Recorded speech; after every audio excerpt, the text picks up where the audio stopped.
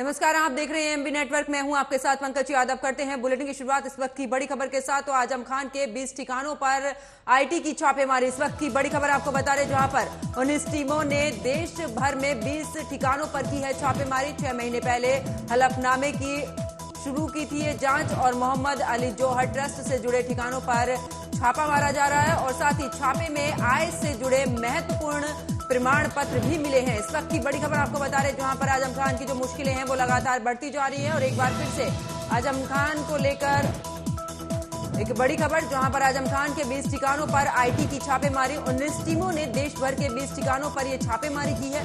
इसी के साथ बता दें कि 6 महीने पहले भी हलफनामे की शुरू की थी जांच और इसी के साथ मोहम्मद अली जौहर ट्रस्ट से जुड़े ठिकानों पर यह छापेमारी लगातार जारी है। छापे में आय से जुड़े महत्वपूर्ण प्रमाण पत्र भी इस दौरान मिले हैं। इस वक्त की बड़ी खबर आपको बता रहे, जहां पर बता दें कि आजम खान के 20 ठिकानों पर आईटी की छापेमारी और साथ ही जानकारी दे दें कि 19 टीमों ने देश भर के 20 ठिकानों पर यह छापेमारी की है। 6 महीने पहले हलफनामे की शुरू की थी जांच और इसी के तहत मोहम्मद अली जौहर ट्रस्ट से जुड़े ठिकानों पर यह छापेमारी की जा रही है। छापे में आय से जुड़े महत्वपूर्ण प्रमाण पत्र भी मिले हैं। खबरों में आगे बात करते हैं, जहां पर प्रधानमंत्री नरेंद्र मोदी आज यानी कि 14 सितंबर को मध्य प्रदेश के दौरे पर रहेंगे। इस दौरान प्रधानमंत्री नरेंद्र मोदी 6 नए औद्योगिकी पार्क और साथ ही 2 आईटी पार्क सहित अलग अलग परियोजनाओं के शिलान्यास भी वो करेंगे। इसमें आने वाले समय में हजारों युवाओं को रोजगार मिलेगा। जानकारी के अनुसार प्रधानमंत्री नरेंद्र मोदी आज मध्य प्रदेश और छत्तीसगढ़ का दौरा करेंगे। प्रधानमंत्री सबसे पहले मध्य प्रदेश के बीना पहुंचेंगे, जहां पर बीना रिफाइनरी में भी पेट्रोकेमिकल कॉम्प्लेक्स और साथ ही राज्य भर में 10 नई प्रौद्योगिकी परियोजनाओं सहित 50,700 करोड़ रुपए से अधिक की परियोजनाओं का शिलान्यास करेंगे। उसके बाद वो छत्तीसगढ़ की अगर बात की जाए तो छत्तीसगढ़ के लिए रवाना होंगे, जहां पर वो रायगढ़ पहुंचेंगे और वहां पर रेल क्षेत्र की महत्वपूर्ण परियोजनाओं राष्ट्र को समर्पित करेंगे। कार्यक्रम के दौरान प्रधानमंत्री छत्तीसगढ़ के 9 जिलों में भी क्रिटिकल केयर ब्लॉक की भी आधारशिला रखेंगे और 1 लाख स्किल सेल परामर्श कार्डों का भी वितरण करेंगे।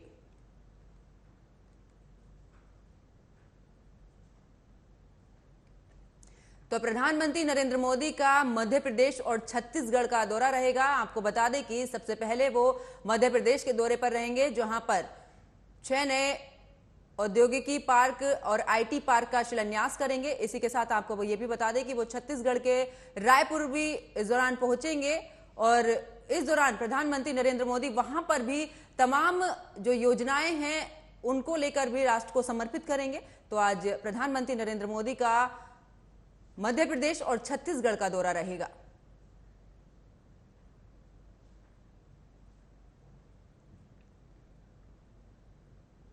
खबरों में आगे बात करते हैं, जहां पर बीजेपी की केंद्रीय चुनाव समिति में मध्य प्रदेश की दूसरी सूची पर लगभग सहमति बन गई है। इसमें 35 नाम हो सकते हैं। छतरपुर की राजनगर सीट से घासीलाल, छिंदवाड़ा सीट से बंटी साहू का नाम लगभग तय है। छिंदवाड़ा सीट से अभी भी अगर बात की जाए तो कांग्रेस के प्रदेश अध्यक्ष और पूर्व सीएम कमलनाथ विधायक हैं और साथ ही आपको यह भी जानकारी दे दें कि तेंदुखेड़ा से सांसद राव उदय प्रताप सिंह का भी नाम आया है, लेकिन ये नाम दूसरी सूची में रखा गया है या नहीं ये बाद में तय होगा।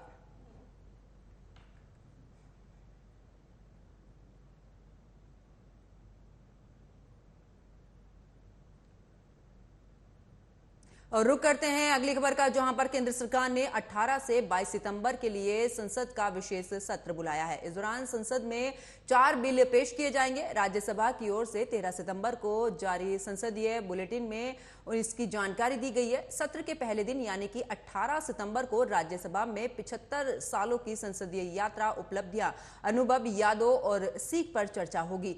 उधर 17 सितंबर को प्रधानमंत्री नरेंद्र मोदी नए संसद भवन का राष्ट्रीय ध्वज फहराएंगे। इसी दिन मोदी का जन्मदिन और विश्वकर्मा जयंती भी है। इस नए भवन में कामकाज अभी शुरू होना है। सूत्रों के अनुसार ध्वजारोहण के बाद ही संसद में कामकाज शुरू हो सकेगा। साथ ही आपको यह भी जानकारी दे दें, क्योंकि देश के फ्लैग कोड के अनुसार किसी भी सरकारी इमारत को राष्ट्रीय ध्वज फहराने के बाद ही यह दर्जा मिल पाता है।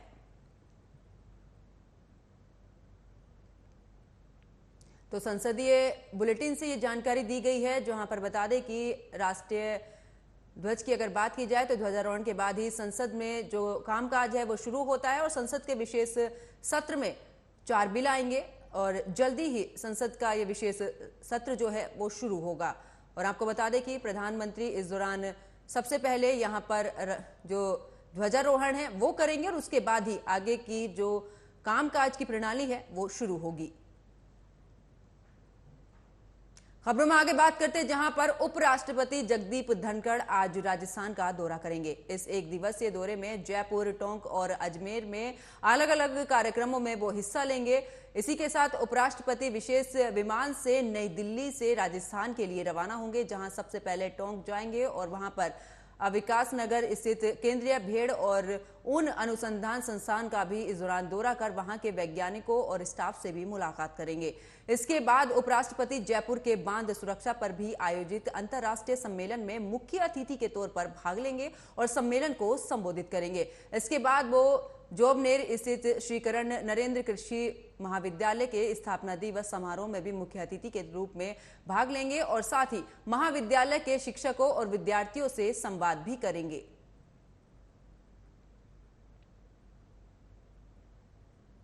तो उपराष्ट्रपति का आज का दौरा रहेगा। आपको बता दें कि अलग अलग कार्यक्रमों में वो हिस्सा लेंगे, ऊन अनुसंधान संस्थान के वैज्ञानिकों से मुलाकात करेंगे। इसी के साथ आपको बता दें कि उपराष्ट्रपति का आज राजस्थान का दौरा रहेगा, जहां पर वो कई कार्यक्रमों में भी शिरकत करेंगे। इसी के साथ आपको जानकारी दे दें कि इस दौरान उपराष्ट्रपति ऊन अनुसंधान संस्थान के वैज्ञानिकों से मुलाकात करेंगे।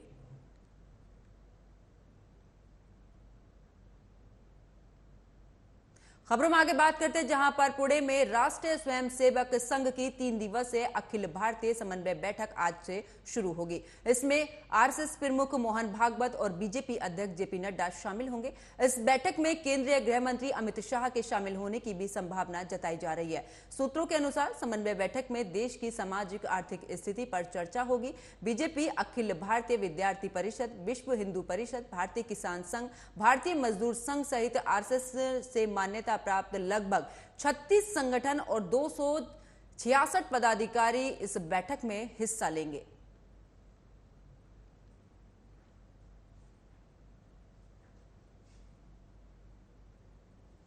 तो देश की सामाजिक और आर्थिक हालातों को लेकर इस बैठक में चर्चा होगी। बता दें कि पुणे में आज से आरएसएस की 3 दिवसीय समन्वय बैठक है और साथ ही मोहन भागवत और जेपी नड्डा भी इसमें शामिल होंगे। कयास ये भी लगाए जा रहे हैं कि गृह मंत्री अमित शाह भी इसमें शामिल होंगे और साथ ही आपको जानकारी दे दी कि देश की सामाजिक और आर्थिक स्थितियों को लेकर यहां पर ये 3 दिवसीय समन्वय बैठक में इस दौरान चर्चा होगी।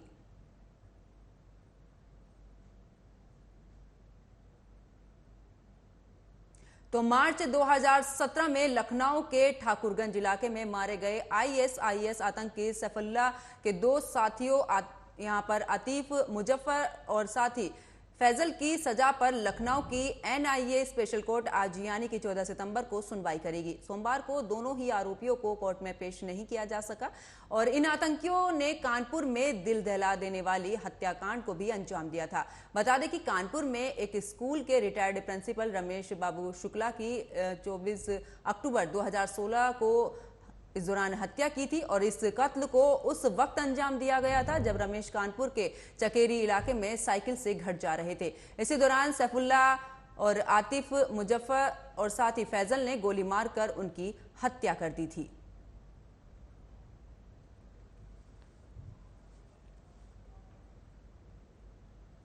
उधर जम्मू कश्मीर से बुधवार को एक ऐसी खबर आई जिसने पूरे देश को गमगीन ही कर दिया। अनंतनाग में सुरक्षा बलों और आतंकियों के बीच हुई मुठभेड़ में 3 सपूत शहीद हो गए। इन जवानों की शहादत से पूरा देश स्तंभ है।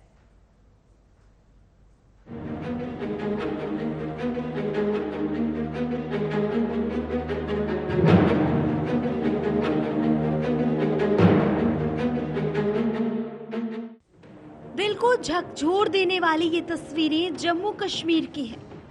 वो कश्मीर जिसको लेकर दावा किया जा रहा था कि अब यहाँ अमन चैन लौट आया है। अब शहादत गर्द सिर नहीं उठाते। यहाँ की शांति की मिसाल देते सरकार थक नहीं रही थी। सरकार लगातार दावा कर रही है कि जम्मू कश्मीर अब सुरक्षित है, लेकिन क्या ये वही सुरक्षित कश्मीर है? क्या ये तस्वीरें सच में दिल को तसल्ली देने वाली हैं? शायद नहीं। पूरी सड़क सेना की गाड़ियों से भरी पड़ी थी, एम्बुलेंस चक्कर लगा रही थी, आसमान में हेलीकॉप्टर मंडरा रहा था, रोते बिलखते लोगों की आवाज से कलेजा फट रहा था। जम्मू कश्मीर को लेकर किए जा रहे सारे दावे फिलहाल तो सच नजर नहीं आ रहे, क्योंकि दहशतगर्द अब भी हमारे जवानों के खून से इस जमीन को लाल करने में लगे हुए हैं।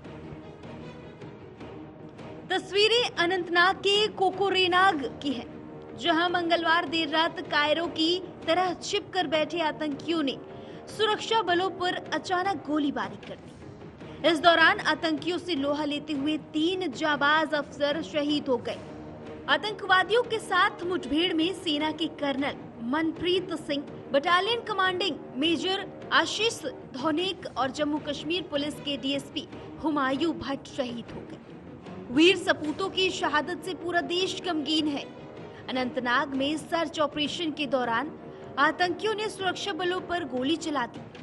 सेना और पुलिस अब दोनों पाकिस्तानी आतंकवादियों के सफाई के लिए ऑपरेशन चला रही है, जो उनके मारे जाने तक जारी रहेगा। हालांकि मुठभेड़ में 2 आतंकी भी मारे गए हैं। जम्मू कश्मीर के अनंतनाग और राजौरी में सुरक्षा बलों और आतंकवादियों के बीच मुठभेड़ हुई थी। पाकिस्तान से आए आतंकवादियों की ओर से होने वाले इस दुस्साहस ने एक बार फिर याद दिलाया कि घाटी से आतंक का सफाया अभी बाकी है।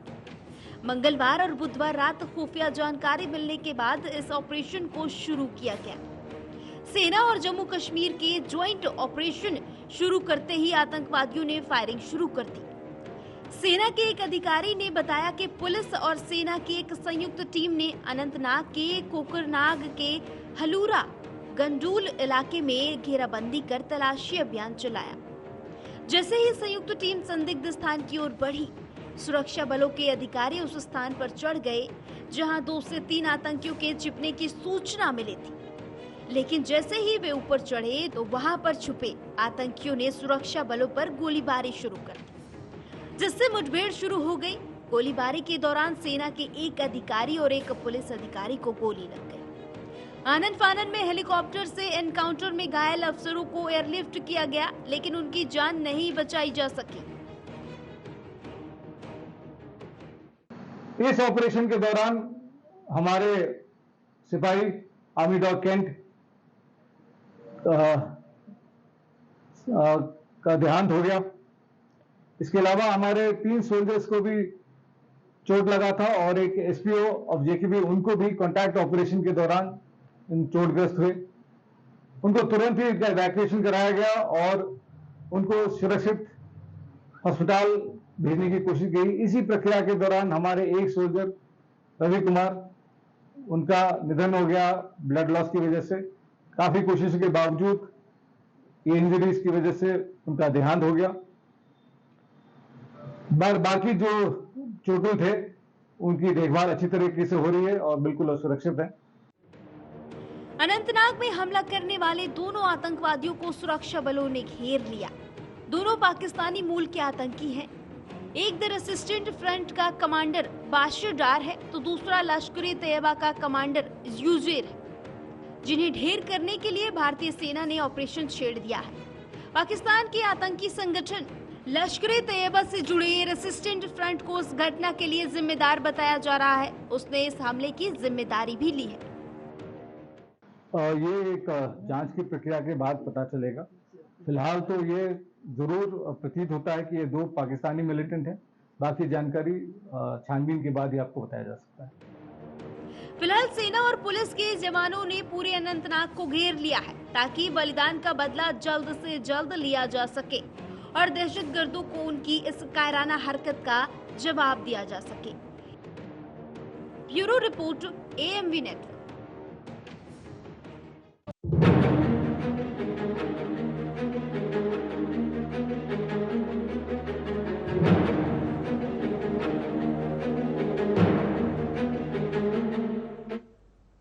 और खबरों में आगे बात करते हैं, जहां पर राजस्थान पर्यटन विभाग में इंडियन हेरिटेज होटल्स एसोसिएशन की ओर से राजस्थान मिशन 2030 के लिए बैठक आयोजित हुई, जिसमें IHHA के अध्यक्ष रणधीर विक्रम सिंह मंडावा ने बुधवार को जयपुर में आयोजित प्रेस कॉन्फ्रेंस में जानकारी दी कि मनरेगा लेबर को उन हेरिटेज होटल साइट्स पर भी काम दिया जा सकता है जहां निर्माण कार्य का पुनरुद्धार और साथ ही नवीनीकरण का काम चल रहा है। इससे उन्होंने जो बात कही है उसको लेकर भी साथ उन्होंने आगे ये भी जानकारी दी है कि उन्हें काम के लिए बेहतर स्थिति और अवसर मिलेंगे।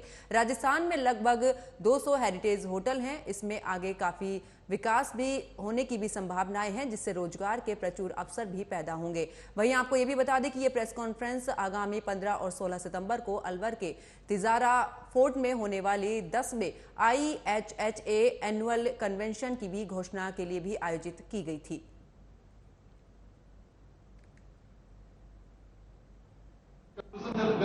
सर ऐसे है कि हेरिटेज टूरिज्म जो है, अभी आपने किसी ने पूछा कि साहब 2030 तक कितना बढ़ेगा, ये मतलब 10 गुना 20 गुना बढ़ सकता है। बिकॉज अब क्या है कि सबके सब लोग हिंदुस्तान के अंदर ही घूमना चाहते हैं और राजस्थान एक ऐसा स्टेट है जो ऑलरेडी अकम्प्लिश स्टेट है इंफ्रास्ट्रक्चर के अंदर, रोड्स, ट्रांसपोर्ट, ड्राइवर्स, गाइड्स, सब कुछ अवेलेबल है।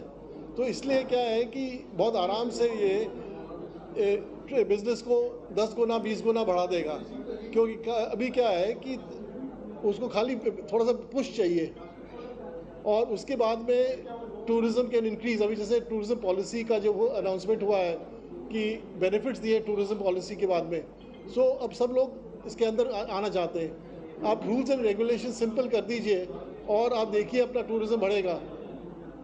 कि इसमें जैसे नरेगा का बोला राजेंद्र सिंह जी ने अभी कि उसके अंदर अगर आप उसको बेनिफिट देंगे होटल इंडस्ट्री को, क्योंकि क्या हो रहा है कि आज की तारीख में जो होटल इंडस्ट्री में लोग काम करते थे, कोविड के टाइम में काफ़ी लोगों ने उस काम को चेंज कर लिया, वो चले गए।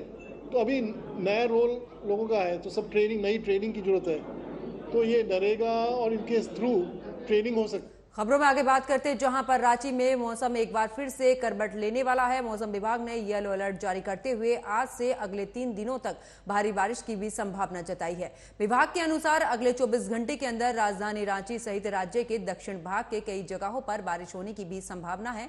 इस बीच राज्य में कई हिस्सों में वज्रपात की भी खबर सामने आ सकती है। इसी को ध्यान में रखते हुए मौसम विभाग ने लोगों को सावधान रहने की भी अपील की है। साथ ही विभाग ने यह भी बताया है कि बंगाल की खाड़ी में होने वाले परिवर्तन की वजह से राज्य के कई हिस्सों में बारिश की संभावना है। विभाग ने आगे यह भी कहा है कि अगले कुछ ही घंटों में खूंटी, सिमडेगा, गढ़वा और पलामू, इसी के साथ में पश्चिमी सिंहभूम जिले के कुछ हिस्सों में भी हल्के से मध्यम बारिश दर्ज होने की भी इस दौरान उम्मीद जताई जा रही है। तो भाई आज राजधानी रांची के अलावे गुमला और सिमडेगा, लोहरदगा और खूंटी और पश्चिमी सिंहभूम में भी बारिश होने की संभावना है। इसके बाद 15 सितंबर को भी कोल्हान और संथाल 2 जिलों को छोड़कर राज्य के अन्य जिलों में भी भारी बारिश होने की आशंका जताई जा रही है।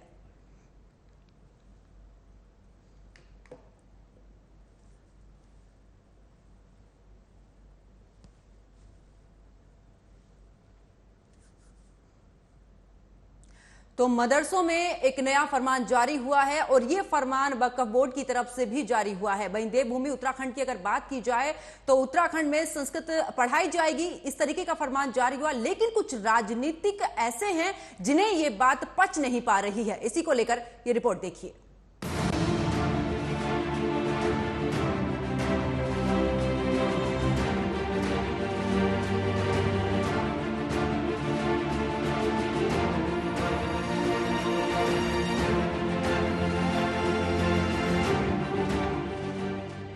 मदरसों में क्या पढ़ाया जाता है ये तो खैर किसी को नहीं पता, क्योंकि इसका जवाब मदरसे के खुद मौलवी भी नहीं दे पाते हैं। सूत्रों के अनुसार कई मदरसों में सर्वे के बाद पता चला कि उन्हें राष्ट्रीय गीत भी नहीं याद होता है। इन्हीं कुछ महत्वपूर्ण बातों को लेकर देवभूमि की सरकार द्वारा बनाई गई कमेटी ने उत्तराखंड वक्फ बोर्ड को मदरसों में संस्कृत पढ़ाने के निर्देश दिए हैं। हालांकि देवभूमि में कुछ समय पहले मुस्लिम आबादी बिल्कुल भी नहीं थी, लेकिन 11 साल में मुस्लिम आबादी 12.5% बढ़ी है। लगातार कुछ समय से अवैध मजार पर प्रशासन की बुलडोजर कार्रवाई भी देखने को मिल रही थी। अब इसी बीच मदरसों में एनसीईआरटी के अंतर्गत आने वाले विषयों की पढ़ाई होगी। इसमें अन्य विषयों की तरह संस्कृत भाषा की भी पढ़ाई की जाएगी। यही नहीं, उत्तराखंड वक्फ बोर्ड ने कुरान का संस्कृत भाषा में अनुवाद भी कराया है। वहीं कांग्रेस ने हमेशा की तरह इस फैसले पर भी सवाल उठाया है। कांग्रेस ने इस पर तंज कसते हुए कहा कि वक्फ बोर्ड को कुरान का अनुवाद अन्य भाषाओं में भी कराना चाहिए, ताकि बच्चों को अन्य भाषाओं की भी जानकारी मिल सके। बताते चले कि उत्तराखंड वक्फ बोर्ड राज्य में 103 मदरसों का संचालन करता है। राज्य के वक्फ बोर्ड अध्यक्ष सादब शम्स ने इस नए निर्णय का ऐलान किया है। उन्होंने कहा कि राज्य के मदरसों में एनसीईआरटी के अंतर्गत आने वाली सभी विषयों की पढ़ाई कराई जाएगी। इसके लिए राज्य में नए और मॉडर्न मदरसे भी बनाए जा रहे हैं। उन्होंने आगे कहा कि अब बच्चे गणित, विज्ञान, हिंदी के साथ ही संस्कृत और अंग्रेजी की भी पढ़ाई करेंगे। संस्कृत विषय को बढ़ावा देने के लिए संस्कृत में कुरान लिखी गई है। इस कुरान को मदरसा शिक्षा कमेटी में भी शामिल किया गया है। उन्होंने कहा कि यह किसी क्रांति से कम नहीं है। हमें राज्य में मदरसा शिक्षा के आधुनिकीकरण के प्रयास के खिलाफ मुस्लिम परिवारों से कड़े विरोध की आशंका थी, लेकिन स्थिति इसके बिल्कुल उलट रही। बच्चों के अभिभावकों ने इसका स्वागत किया। वे मदरसों का आधुनिकीकरण चाहते हैं। हमने तय किया है कि अब जो उत्तराखंड वक्फ बोर्ड के 117 मदरसे हैं, उन 117 मदरसे में हम एनसीईआरटी का सिलेबस लागू करने जा रहे हैं। तो उस एनसीईआरटी के सिलेबस में एक संस्कृत की बुक भी है, एक किताब संस्कृत की भी है। तो मुझसे पत्रकारों ने पूछा तो क्या संस्कृत भी पढ़ाएंगे? तो हमने कहा बिल्कुल पढ़ाएंगे। हम अरबिक भी पढ़ाएंगे और अरबिक के साथ साथ संस्कृत भी पढ़ाएंगे। और हमारा देवभूमि उत्तराखंड में नहीं पढ़ाई जाएगी संस्कृत तो कहाँ पढ़ाई जाएगी? मेरे बच्चे सब कुछ पढ़ेंगे, अपने कल्चर को, अपनी भाषा को, अपनी बोली को समझेंगे। और हम अरबी सीख सकते हैं जो हमारी लैंग्वेज नहीं है, हम इंग्लिश सीख सकते हैं जो हमारी लैंग्वेज नहीं है, हम दूसरी भाषाएं सीख सकते हैं, चाइनीज सीख सकते हैं, फ्रेंच सीख सकते हैं, तो हम संस्कृत क्यों नहीं सीख सकते? बिल्कुल संस्कृत सीखेंगे। उत्तराखंड वक्फ बोर्ड के इस फैसले पर कांग्रेस ने तंज कसा। उत्तराखंड प्रदेश कांग्रेस कमेटी के अध्यक्ष करण महारा ने कहा कि वो इस फैसले का स्वागत करते हैं। उन्होंने कहा कि आजकल बोर्ड के अध्यक्ष सिस्टम के करीब जाने के लिए चाटुकारिता करने में लगे हुए हैं।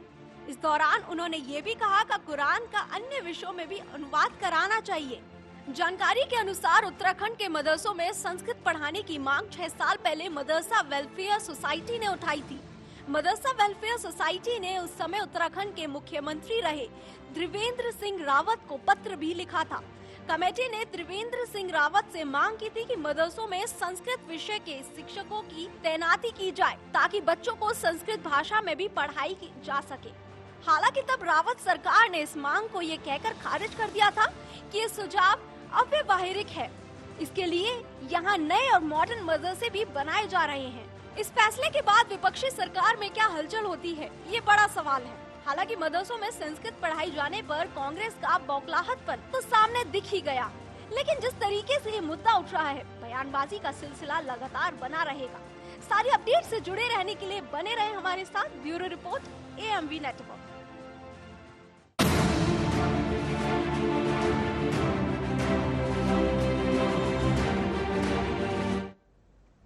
और मेरे साथ फिलहाल खबरों में इतना ही। आप देखते रहिए AMV नेटवर्क। नमस्कार।